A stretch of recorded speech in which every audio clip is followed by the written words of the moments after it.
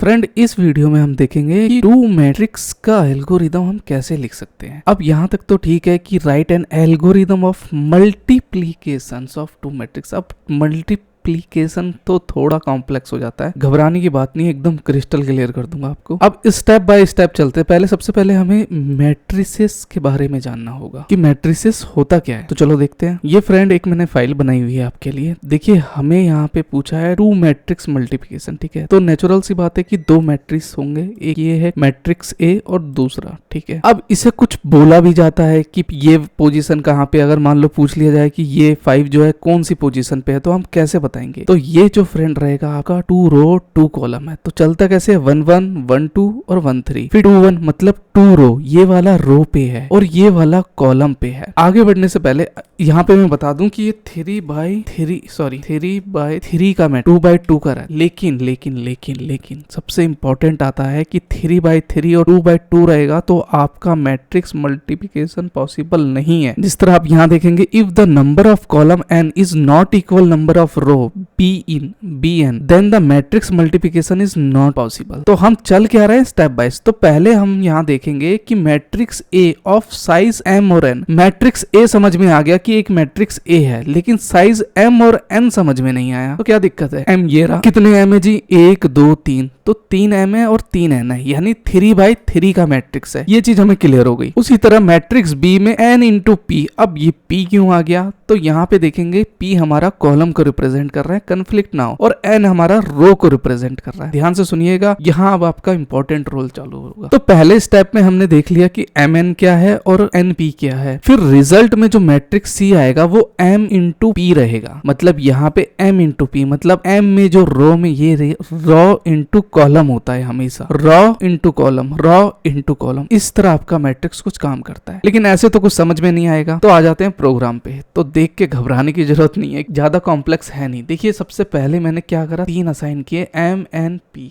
तो m रो है, n column है और p दूसरे मैट्रिक्स का कॉलम ही है। तो मैंने सबसे पहले सी आउट प्रिंट करने कहता है enter row and column matrix mn, ठीक है। और उसी तरह अपना n into p second column का कहता है। तो यहाँ पे मैट्रिक्स में एरे में मैंने डिफाइन कर दिया mn np और mp, तीनों करके इस तरह डिफाइन कर दिया। लेकिन अब इंपॉर्टेंट आता है कि यहाँ पे सर ये लूप क्यों चला दिया। तो सबसे इंपॉर्टेंट होता है यहाँ पे कि हमारा लूप जो चेक करेगा वो 1 बाय 1 चेक करेगा। इसमें 2 लूप काम करेंगे इसके, एक फोर लूप काम करेगा इनर लूप के लिए और सेकंड काम करेगा आउटर लूप के लिए। और वही इनर और आउटर का जो होगा वो रिजल्ट आ जाएगा, और रिजल्ट आने के बाद जो है लास्ट में मेरा इससे ये वाली इनटू होके प्रिंट हो जाना चाहिए। तो आप देखेंगे CIJ है तो प्लस मतलब असाइनमेंट ऑपरेटर का यूज किया। तो यहाँ पे AIK और B इंटू KJ करके मैंने इसे मल्टीप्लिकेशन किया। तो ऐसे तो कुछ समझ में नहीं आएगा, तो मैं ड्राई रन करके भी दिखाता हूँ। तो सबसे पहले मैं यहाँ पे करूंगा क्या, राइट क्लिक करके पहले रन करके दिखा देता हूँ कि मैट्रिक्स काम कैसे कर रहा है, लूप कैसे काम कर रहा है। 3 मतलब मेरा रो और कॉलम 3 है, ओके। और यहाँ पे मैंने एंटर और कॉलम ऑफ मैट्रिक्स BN का मैंने 3 ही दिया है। अब ये मेरे से बोलेगा कि enter elements of matrix A। मैं करूंगा क्या, 1 2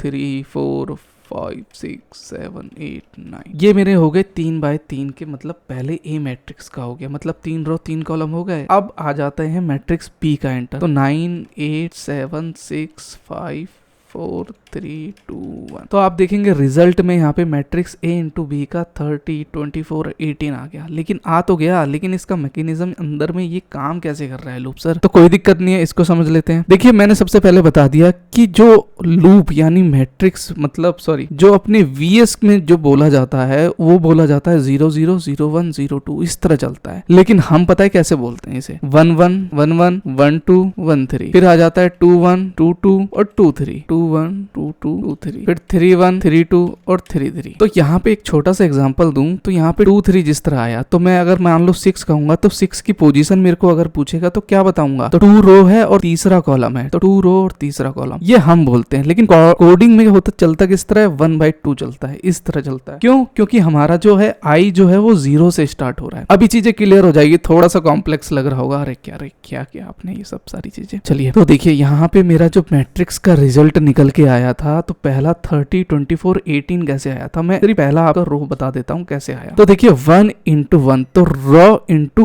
कॉलम होता है, तो रो इंटू कॉलम में क्या करेंगे 1 इंटू 9, तो 9 आ गया मेरा, क्लियर है। फिर 2 इंटू क्या होगा यहाँ पे, तो 2 इंटू यहाँ पे 6 होगा, 2 इंटू 6 कितना हो गया जी 12 हो गया। अब 3 इंटू 3 होगा तो क्या हो गया जी 9 हो गया, तो मेरा 30 आ गया, ठीक है जी। फिर फर्स्ट रो, फिर इसका क्या चलेगा अपना सेकेंड का कॉलम, तो उसी तरह इंटू करता हुआ जा जाऊंगा, तो 1/8 करूंगा तो 8 आ गया, 1 इंटू 8 तो 8 हो गया, 2 इंटू 5 कितना हो गया 10 हो गया, 3 इंटू 2 तो कितना हो गया 6 हो गया। फिर उसी तरह सिमिलरली 1/7, 2/4 8 और 3/1 यहाँ पे मेरा हो गया 3। तो 30 24 18, तो देखते हैं 30 24 18 ही है, हाँ जी 30 24 18 है। तो इसी तरह 2 मैट्रिक्स मल्टीप्लिकेशन काम करता है। ये तो बात हो गई कि हमारी मैट्रिक्स मल्टीप्लिकेशन कैसे होता है। अब सर यहाँ पे आते हैं कि यहाँ पे VS में ये काम कैसे कर रहा है। तो इसका एक छोटा सा एग्जांपल मैं आपको बता देता हूँ कि मैट्रिक्स A जो है मेरा I के लिए है, हाँ जी I के लिए, तो यहाँ पे मैंने I लिया हुआ है, ठीक है। I बराबर है 0 के, तो I बराबर 0 के मान लिया जी। अगर I लेस देन अगर M है, I अगर लेस देन M है तो I में एक एक इंक्रीमेंट कर दो, मतलब 0 0 है तो एक इंक्रीमेंट करने पे फिर वो इस पे पहुंच जाएगा, मतलब ऐसे आ जाएगा। तो पहले तो 0 आया, तो 0 पे आने पे मेरी कंडीशन क्या थी, यहाँ पे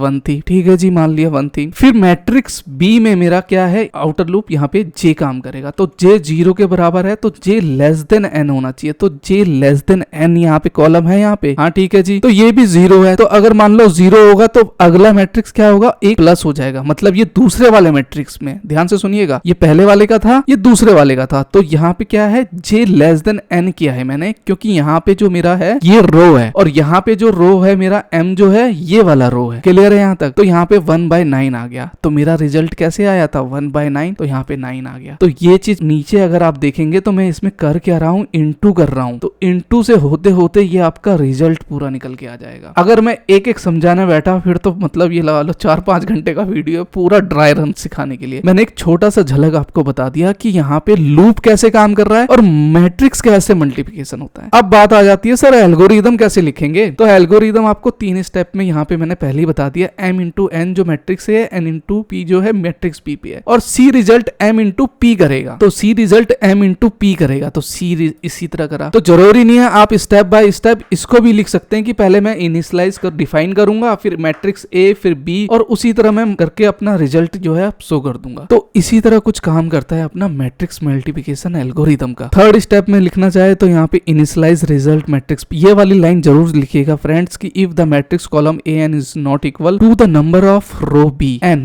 then matrix multiplication is not possible, वो पॉसिबल हो ही नहीं सकता। सुको कोड की तरह समझाऊं तो मैंने सिमिलरली वैसे ही सारी चीजें डिफाइन करी है, input output. If the number of column A has not equal to row B तो प्रिंट मल्टीप्लिकेशन नॉट पॉसिबल है, तो एग्जिट हो जाएगा हमारा लूप। और initialise matrix C into M with all zeros, तो 0 इंटू 0 का क्या रहेगा मैट्रिक्स में, तो I इंटू 0 M-1 1 1 करके ये लूप अपना चलता रहेगा अंटिल नेक्स्ट तक, जब तक आपकी कंडीशन मीट नहीं हो जाती। और प्रिंट मैट्रिक्स C आपका रिजल्ट आउटपुट करता है। तो देखिए कितना आसान था 10 नंबर का अचीव करना। अगर आप इसके थ्रू भी समझा देंगे मैट्रिक्स में कि पहला हम इनिशियलाइज करेंगे मैट्रिक्स A और फिर मैट्रिक्स B, फिर देन रो एंड कॉलम, मतलब वर्ड में भी लिख देंगे कि आप कैसे कैसे परफॉर्म कर रहे हैं, वही आपका एल्गोरिदम है। एल्गोरिदम का मतलब क्या हुआ कि जो सबसे शॉर्ट हो और जो सबसे फास्ट काम करे और टाइम एग्जीक्यूशन कम ले, that is called algorithm. Friend channel पे आप अगर नए हैं तो प्लीज सपोर्ट करिएगा, इसका मैं आपको पूरा प्लेलिस्ट बना के दूंगा। अभी वीडियो मेरी अपलोड नहीं है, अभी MCS 207 की चल रही है। कोई भी क्वेरी हो तो आप मेरे को कमेंट करिएगा। फास्ट कोडिंग अगर आप करना चाहते हैं तो इसके थ्रू आप ये वाली प्लेलिस्ट देख लीजिएगा, बहुत ज्यादा हेल्पफुल है। बाकी